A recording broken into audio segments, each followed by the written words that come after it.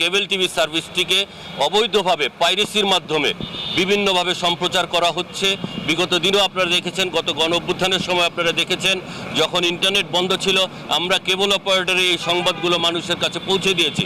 কিন্তু ISP service প্রোভাইডাররা এই দেশের বিরুদ্ধে যে সমস্ত চ্যানেল, যে সমস্ত বিদেশি চ্যানেল সম্প্রচারিত হয়েছে, সংবাদ পরিবেশন করেছে, তাদের মাধ্যমে এই দেশে সেই চ্যানেলগুলো প্রচারিত হয়েছে।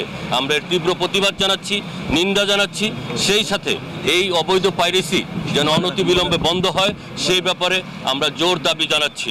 আমরা সরকারের কাছে উদাত্ত আহ্বান জানাই, বৈষম্যমূলক যেই আচরণগুলো ছিল সেই আচরণ বাদ দিয়ে বৈষম্যবিহীন সুন্দর একটি বাংলাদেশ গড়ার লক্ষ্যে আমরা যেন আমাদের মৌলিক অধিকার, আমাদের যে নৈতিক অধিকার আছে সেই নৈতিক অধিকার আমরা যেন ফিরে পাই, সে ব্যাপারে আমরা সরকারের কাছে আবেদন জানাচ্ছি। ইন্টারনেট সেবা প্রদানকারী আইএসপি ব্যবসার অধিকার